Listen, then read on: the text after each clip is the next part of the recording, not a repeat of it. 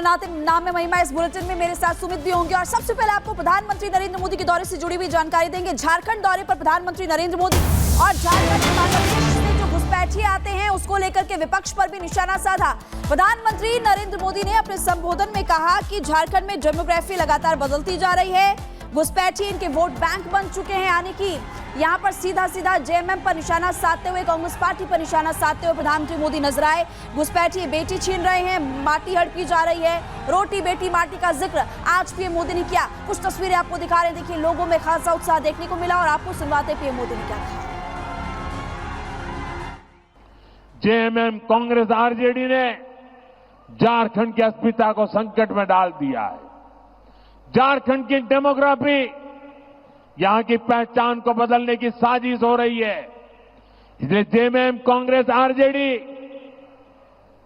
घुसपैठियों का समर्थक गठबंधन का ठप्पा बन गया है, क्योंकि घुसपैठिए इनका सबसे बड़ा वोट बैंक बन गए हैं।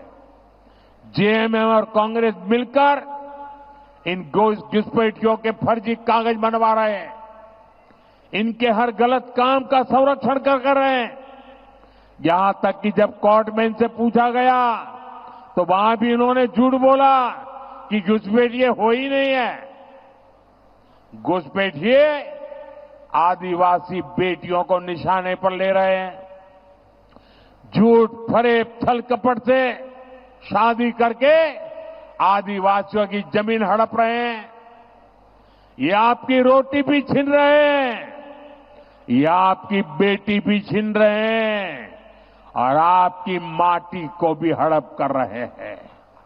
इसलिए आपको रोटी, बेटी और माटी सबकी पुकार को याद रखना है।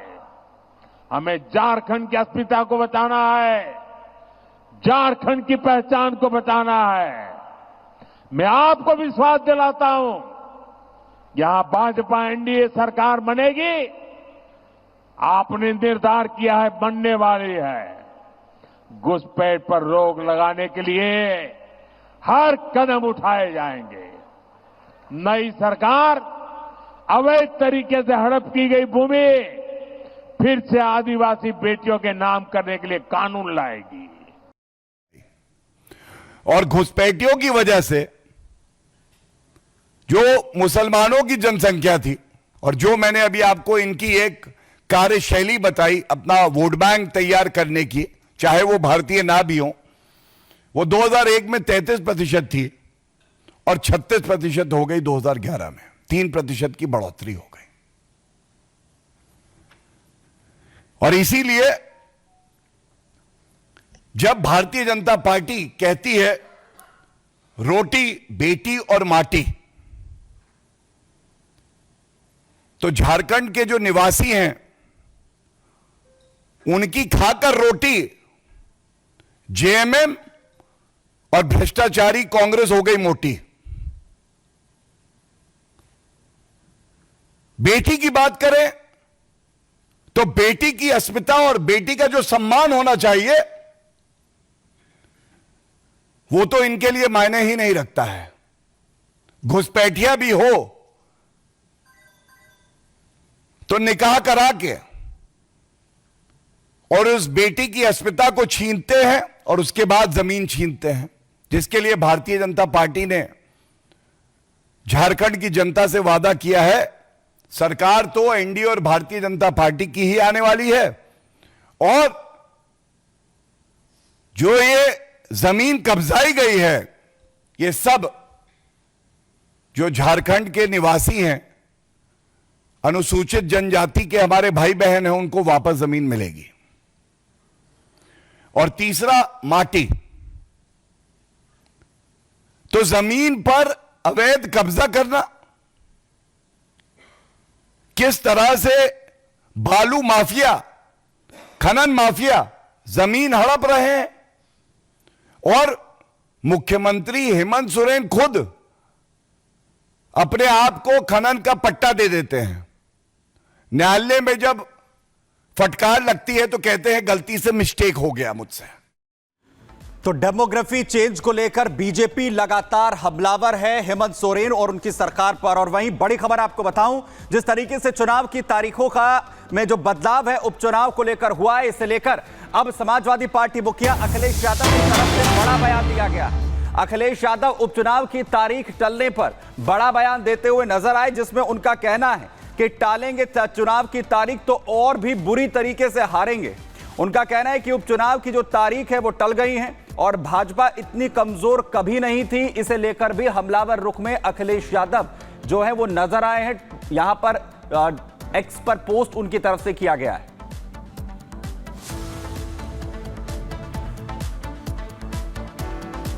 तो तारीखों में बदलाव को लेकर अखिलेश यादव हमलावर रुख अख्तियार करते हुए नजर आ रहे हैं। कह रहे हैं कि अगर तारीखें यहां पर बदली जा रही हैं तो और भी बुरी तरीके से हारेंगे। वहीं डिंपल यादव ने आखिर बीजेपी पर किस तरीके से हमला बोला है वो भी सुनवाते हैं। कुछ सीटों में चुनाव लड़ते हुए अच्छा करने का जो कार्य कर रही है, तो मुझे लगता है कहीं ना कहीं कुछ तालमेल बिठाते हुए यह जो डेट्स हैं ये बदली गई हैं। अगर कोई सबसे चालू पार्टी है तो मैं समझती हूँ भारतीय जनता पार्टी है, क्योंकि वो जानती है कि लोगों का ध्यान कैसे भटकाना चाहिए और यह खाली ध्यान इसलिए भटकाते हैं जिससे कि वोट बटोर सके। तो अखिलेश यादव हो या फिर समाजवादी पार्टी सांसद डिंपल यादव जो बीजेपी पर तारीखों की बदलाव को लेकर हमला बोलते हुए नजर आ रहे हैं। अखिलेश यादव कह रहे हैं कि जितनी तारीखों में बदलाव करोगे उससे ज्यादा बीजेपी को हार का सामना करना पड़ेगा और लगातार ध्यान भटकाने की कोशिश है। डिंपल यादव हमला बोल रहे हैं। और देखिए, उत्तर प्रदेश में होने वाले उपचुनाव को लेकर सियासी सरगर्मियां काफी तेज होते हुए इस वक्त नजर आ रही है। शिवपाल यादव ने किसके समर्थन में वोट की अपील की, इस रिपोर्ट के जरिए आपको बता दें।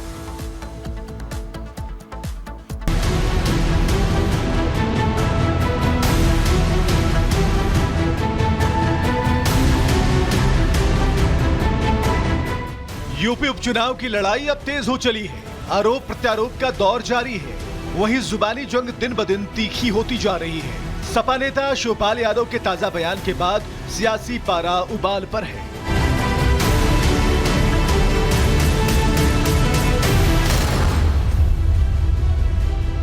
शिवपाल यादव ने यूपी के अफसरों के खिलाफ एक बार फिर से बयान देकर सियासी पारा चढ़ा दिया है। शिवपाल एक तरफ अफसरों से निष्पक्ष चुनाव कराने की मांग कर रहे हैं, दूसरी तरफ वो अपने कार्यकर्ताओं को भड़काने की भी अपील करते नजर आए। उन्होंने कहा कि सीसामऊ में होने वाले उपचुनाव में अगर कोई गड़बड़ी हुई तो आप लोग बस चेहरा याद रखना, समय आने पर सबकी जांच की जाएगी।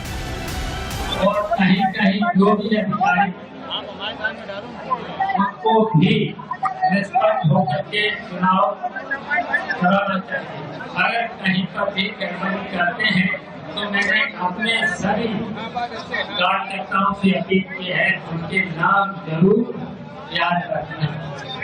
समय आने पर उनकी जांच हो जाएगी और जांच करके उन्हें दंडित करने का काम करेगा।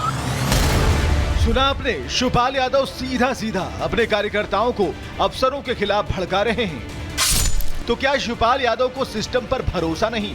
उपचुनाव से पहले वो अफसरों पर सवाल क्यों उठा रहे हैं? सपा कार्यकर्ताओं को भड़काने का काम क्यों कर रहे हैं? हर चुनाव से पहले सिस्टम का रोना क्यों रोते हैं? कहीं शिवपाल को सपा की हार का डर तो नहीं सता रहा? शिवपाल यादव के इस बयान पर बीजेपी ने शिवपाल यादव पर निशाना साधा। सपा सरकार के दौरान प्रदेश की कानून व्यवस्था को लेकर उन्हें आईना दिखाया। समाजवादी पार्टी को अब यह महसूस हो रहा है कि 9 सीटों में उपचुनाव में जीत हासिल करना बहुत मुश्किल है और इसीलिए हताशा में, कुंठा में आकर के लगातार इस तरह की भाषा का प्रयोग कर रहे हैं। शिवपाल सिंह यादव का यह बयान निश्चित तौर पर बहुत गैर जिम्मेदाराना और आपत्तिजनक है। वो निर्वाचन कार्य में लगे हुए अधिकारी और कर्मचारियों को धमका करके अपनी फितरत दिखाना चाह रहे हैं। यह समाजवादी पार्टी का मूल चरित्र है, जहां धमकी, गाली, इस तरह से लोगों को डराना, यही समाजवादी पार्टी का हल्ला बोल का नारा है। दरअसल शिवपाल कानपुर के सीसामऊ विधानसभा में सपा प्रत्याशी नसीम अंसारी के लिए प्रचार करने पहुंचे थे, जहां उन्होंने अफसरों को लेकर टिप्पणी की। ये कोई पहला मौका नहीं है जब शिवपाल ने अफसरों पर सवाल उठाया हो। पहले भी शिवपाल अफसरों पर सवाल उठाते रहे हैं। इस बार भी वो अफसरों के खिलाफ कार्यकर्ताओं को भड़काकर पॉलिटिकल माइलेज लेने की कोशिश में हैं। Bureau report, Republic Bharat.